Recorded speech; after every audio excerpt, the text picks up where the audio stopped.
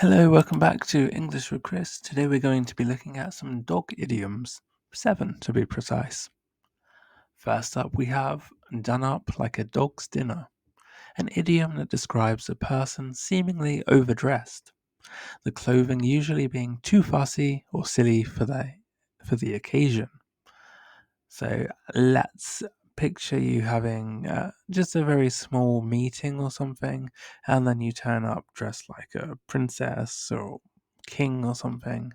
That might be a little bit over the top for the occasion. The example here, I hope you do not intend to go to the party dressed like that. For goodness sake, you look like a dog's dinner. Not very nice to say, by the way.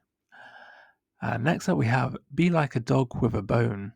I'm pretty sure you've all seen a dog with a bone and you try to take it away from the dog, maybe in some circumstances. It's pretty much impossible. You don't want to try that. So it means that a person is fixating on a topic, they're not going to let it slide. It's always on their mind. The example, can't you stop going on about wanting that new car? You are like a dog with a bone. So you're not stopping. You're always talking about it, regardless of what anyone says. Next up, we have as sick as a dog, an expression used to say that someone is very sick. It usually refers to someone who is being physically ill. However, we can also use it to talk about feeling fed up with a situation. So it's been a horrible week. Work has been relentless. I pranked my car. Pranked, by the way, means you've like maybe dented it or you've got a scratch on it. And now I've come down with a cold. I'm as sick as a dog. Not having a good week. Next up, we have a cat and dog life. A life in which partners are constantly or frequently quarreling is called a cat and dog life. So cats and dogs are notoriously well known for maybe not always getting on so well with each other, and this is where this one comes from. If we use it in a sentence, they lead a cat and dog life. I don't know why they stay together. This one very apt for today. It's been raining like cats and dogs all day. So it means that if it's raining cats and dogs, it's raining very heavily.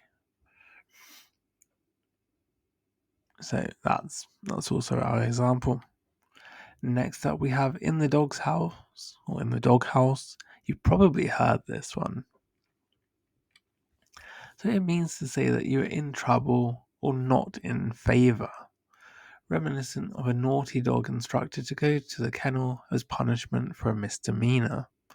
So I'm in the doghouse again. I should never have forgotten our anniversary. So this one is used quite frequently among couples, maybe married people, but it's used very often in this sort of scenario where you've maybe forgotten something very, very important, someone's birthday, an anniversary, something like that, something where you're expected not to forget and you do. Next up, we have every dog has its day, meaning that everyone will inevitably have at least one moment of glory in their lifetime. Would you believe it? John has only gone and won that promotion. I guess every dog has its day after all.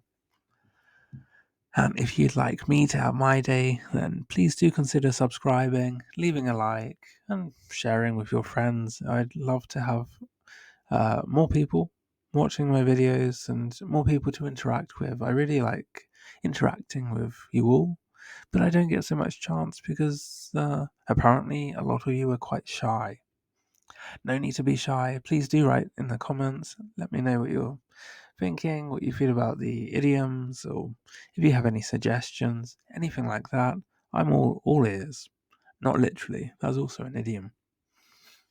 Okay, well, thank you for watching. Take care. I wish you all the best, and I'll say bye for now. Bye bye.